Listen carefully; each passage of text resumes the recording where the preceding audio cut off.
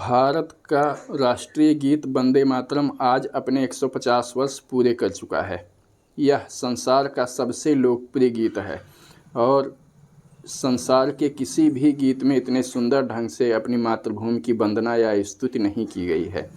2003 में किए गए BBC के सर्वे में इसे संसार के टॉप 10 गानों में दूसरा स्थान मिला था। इसे बंकिम चंद्र चटर्जी ने अंग्रेज़ों के उस आदेश कि अब से सारे सरकारी कर्मचारी गॉड सेव द क्वीन नामक गीत गाएंगे, जो ब्रिटेन की महारानी की स्तुति में था। इससे आहत होकर बंकिम चंद्र चटर्जी ने इस गीत की रचना की थी और यह गीत इतना लोकप्रिय हुआ कि क्रांतिकारियों के लिए कंठहार बन गया।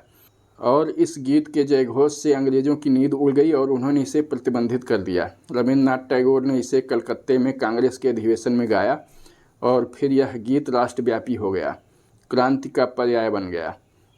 और इस गीत के केवल पहले 2 पद ही आधिकारिक रूप से गीत के रूप में अंगीकृत किए गए हैं राजनीतिक कारणों से, लेकिन इसका तीसरा, चौथा और 5वां पद एकदम से भाव विभोर कर देता है। और इसमें मातृभूमि को देवी के रूप में चित्रित करते हुए उनको दुर्गा, शक्ति, सरस्वती, लक्ष्मी और काली के रूप में चित्रित किया गया है। और कहा गया है कि हे माता, तुम्हारी ही मूर्ति हर एक मंदिर में है और तुम करोड़ों भुजाओं से शस्त्र धारण करने वाली हो और करोड़ों कंठों से हुंकार भरने वाली हो। तुम कमज़ोर नहीं हो और तुम शत्रुओं का संहार करने वाली हो। मंदिर मंदिर में केवल तुम्हारी ही मूर्ति है।